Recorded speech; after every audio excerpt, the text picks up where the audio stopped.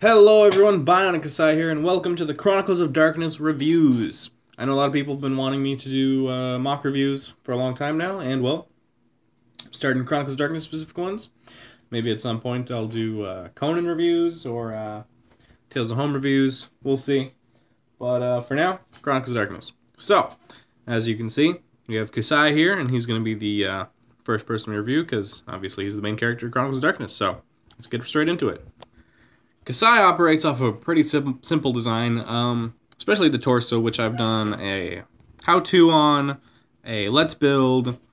So, you know, there's plenty of sources out there in case you want to build this design. And I know a lot of people have for, you know, their mocks and such. But, so let's get into Kasai himself. So the figure, like I said, he's pretty simple, pretty standard. Minus the custom torso, I guess, but let's, I'm going to take a page from Shadow Gear's book, and let's start from the ground up. So, here are Kasai's feet. Pretty simple, just basic hero feet, with pins in the bottom and red studs attached.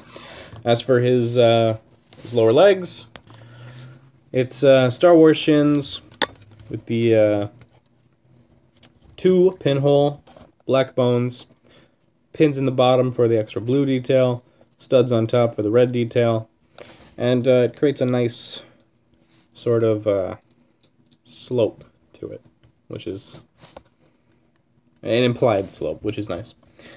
As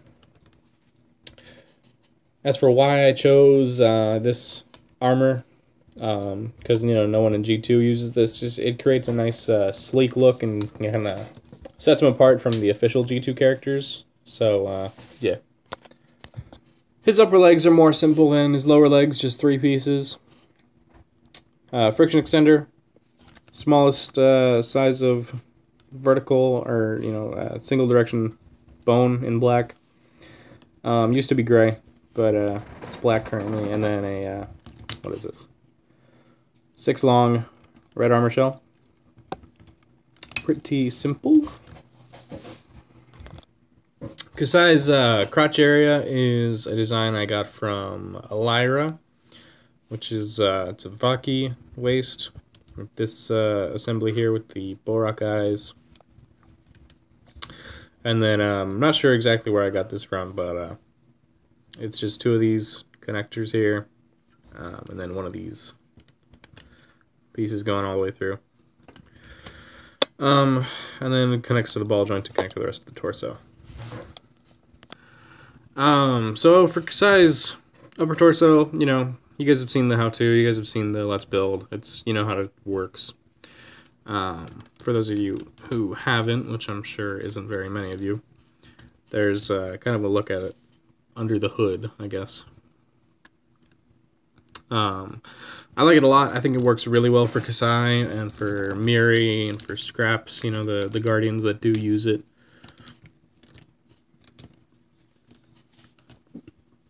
It works. It's really cool, actually. And the double jointed shoulders allow for a lot of posing options. You know, he can shrug his shoulders. He can, you know, kind of slouch his shoulders.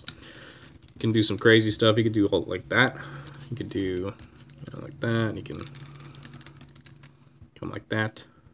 You know, he can do all sorts of stuff. So, but yeah.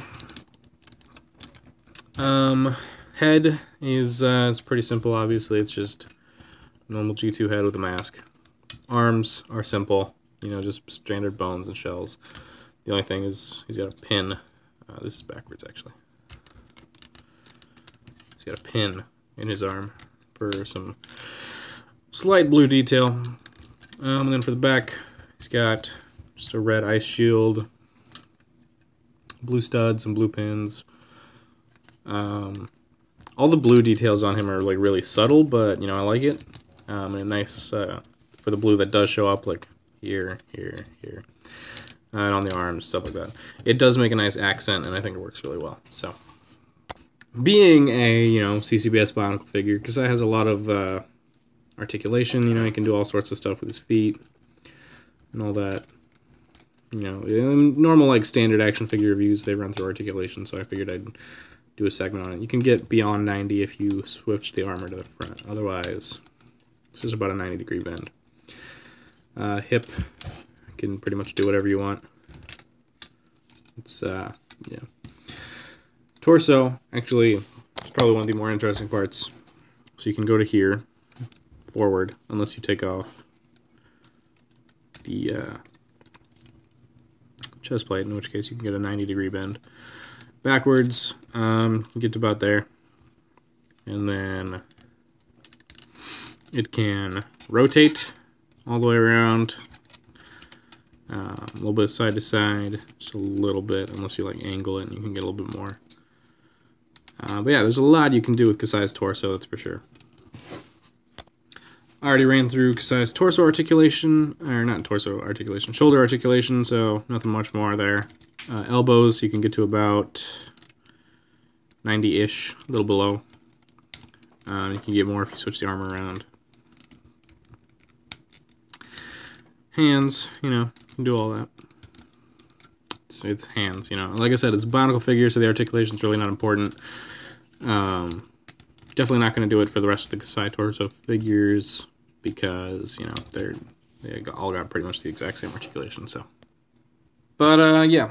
So, Kasai, the character, you know, he's the Guardian of Fire, former leader of the Toa Coreda, which were a group of honorary Toa that Akimu named while the, you know, the island of Okoto was in some trouble, you know, in fear of, you know, Makuta during 2015, 2016, so.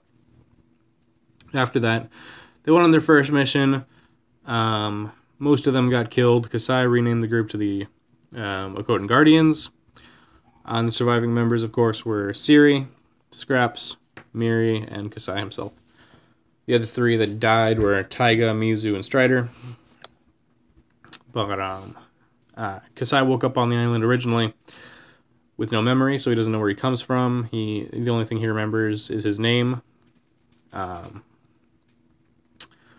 Besides that, he trained with Tahu for a while, and then Tahu ended up giving him his How when he was switching to the Uniter version.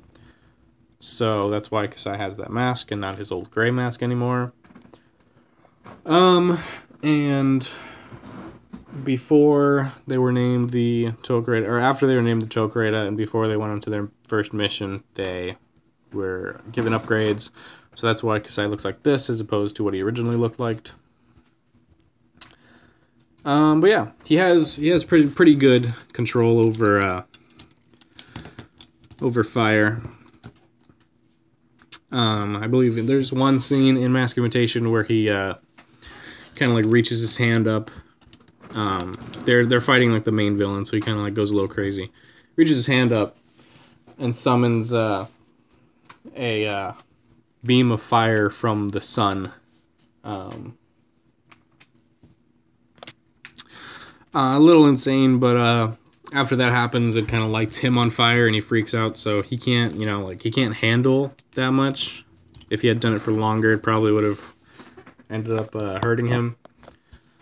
But he can also like run on lava. In the Christmas special, he uses like fire to like boost him up into the air when he's chasing Camilio. And besides that,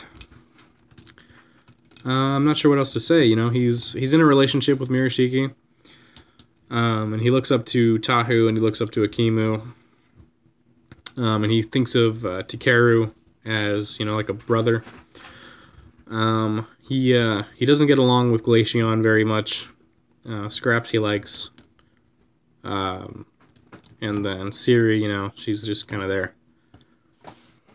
Of course, he's friends with all of them, but you know. But yeah, So that's pretty much Kasai. His swords are pretty simple. You know, 3 pieces on this end, 4 pieces on this end. And it's just like that. It fits in his hand. Just as, you know, a normal weapon would. It's not very complex. He used to only have 1 sword, but I decided to give him 2 because I just, personally, in like video games and stuff like that, I prefer 2-sword, you know, style. I just think it looks cooler and stuff like that. But yeah. So, thank you guys for watching, and I'll see you guys in the next review. By the way, comment down below which character from Chronicles of Darkness you would like me to review next, and I'll just go through what you guys think. So yeah, thank you. See you guys next time.